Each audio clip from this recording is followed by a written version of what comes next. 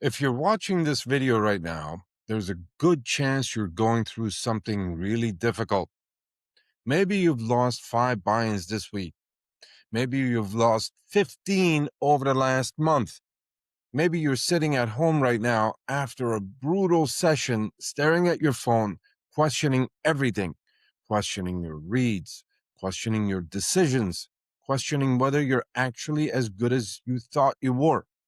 And that feeling, that specific feeling of self-doubt after a downswing, is one of the most painful things a poker player can experience, because it's not just the money, it's your confidence, it's your identity, it's everything you've worked for sitting in a pile that feels like it's getting smaller session after session. I want you to hear this clearly. This is not the end of your poker career. You're not alone. I've spent years coaching players through exactly these situations, and I want to help you through it too. I'm Vinton, and I built this channel to help low to mid-stakes live cash game players think more precisely about this game, because I believe when you put precision in, profits come out. And today, I want to sit with you in this downswing, help you understand what's actually happening, give you something concrete to hold on to right now, and show you exactly how the players who made it through similar or even worse downswings came out the other side stronger and better players. Before we talk strategy, I need you to hear this. Every single player who ever became a great player in this game went through exactly what you're going through right now. Every single one of them. The players who you watch on YouTube, the players you read about, the players crushing your local card room, every single one of them has sat where you're sitting right now exactly, felt what you're feeling exactly, and wondered if they're ever going to turn it around. A downswing is not a sign that you don't belong at the table. It's the admission fee for becoming a serious poker player. The ones who made it didn't avoid downswings. They just handled them differently than the ones who quit when they hit the downswing. And here's the difference. The players who quit let downswings change their decisions. They started playing scared. They stopped value betting because their last value bet got cracked. They started hero calling because they couldn't emotionally tolerate being bluffed. They moved up stakes to try to win it right back and very fast. They forced bluffs into players who never fold. And what started as a variance downswing became something much, much worse, because they let bad results infect good decisions.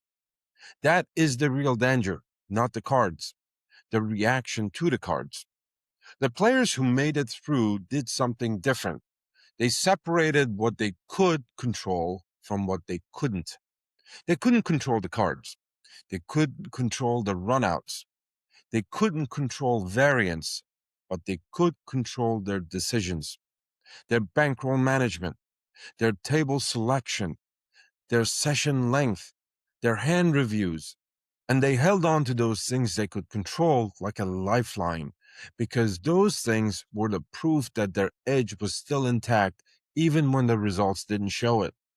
That's what I want you to hold on to right now. Your edge is still there. Variance is hitting it temporarily, but it's still there. Now, let's talk about what you can actually do right now, tonight, to start climbing out of this. But before we go on, if you're getting value from this video, give it a like and share it with someone else who's also serious about becoming a crusher just like you. Your support helps this channel grow, and it means the world to me. Also, don't forget to share your thoughts and questions in the comments below as I read them all. And don't forget to subscribe to the channel so you won't miss any future episodes. Now, let's go back to what you can do right now tonight to start climbing out of this downswing. The first thing I want you to do is to classify your downswings honestly.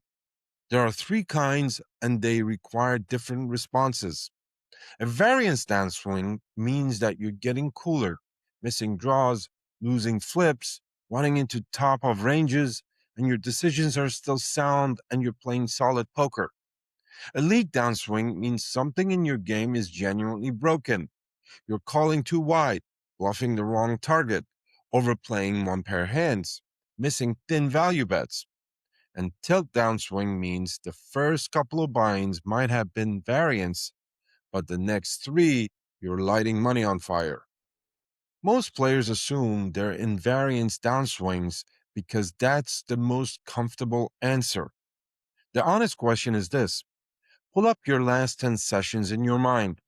Were you making good decisions? Were you following your strategy? Were you emotionally clear at the table?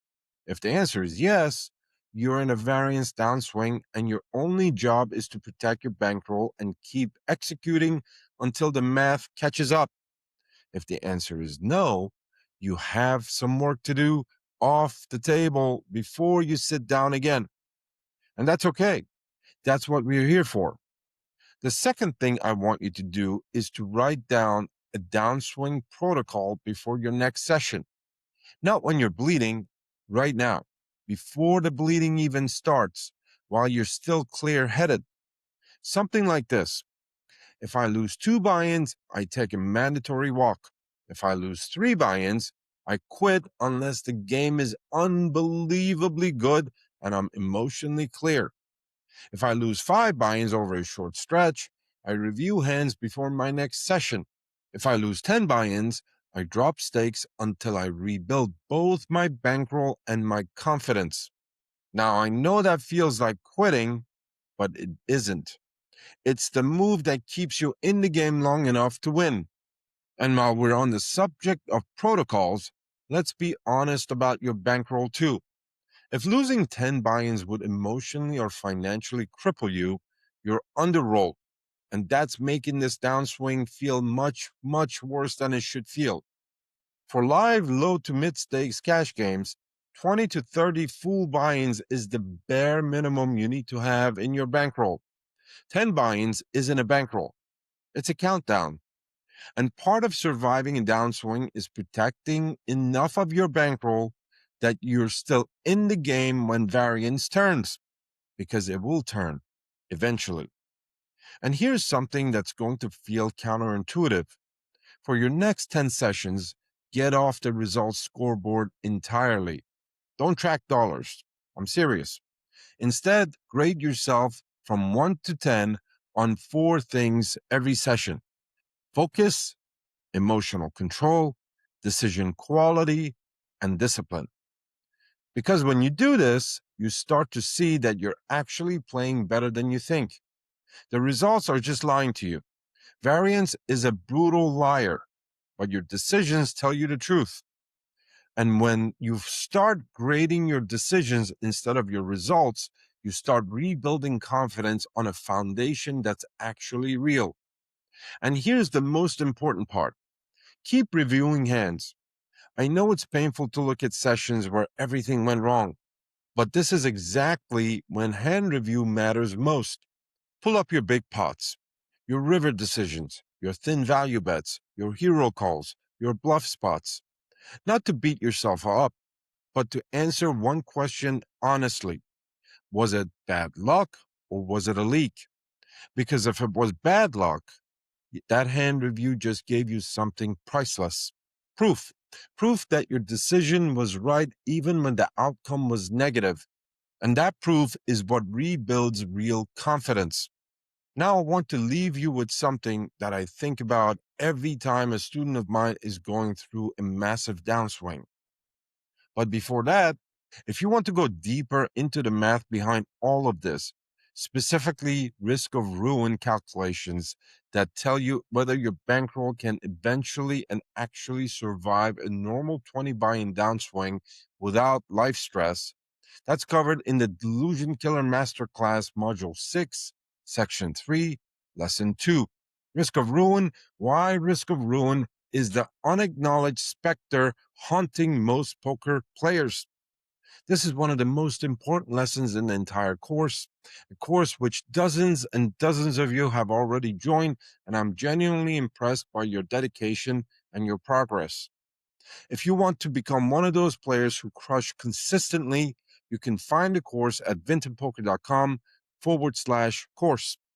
And if you want to sit down with me personally and figure out whether your downswing is variance or leaks, reach out to me directly on WhatsApp. I offer a free 60-minute one-on-one coaching session, and we'll go through it together. The link for my WhatsApp is also in the description below. Come find me. Here's what I think about every time a student of mine is going through a massive downswing. Your edge is real. I know it doesn't feel like it right now. I know the results are telling you a different story, but here's the mathematical truth.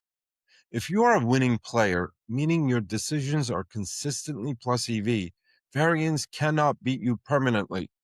It can only delay you. The money always catches up to the quality of the decisions over the long enough timeline and volume. Always. That's not a motivational poster. That's just pure mathematics. Try to imagine this hand. You're 6 sessions deep into a downswing. You've lost 15 buy-ins.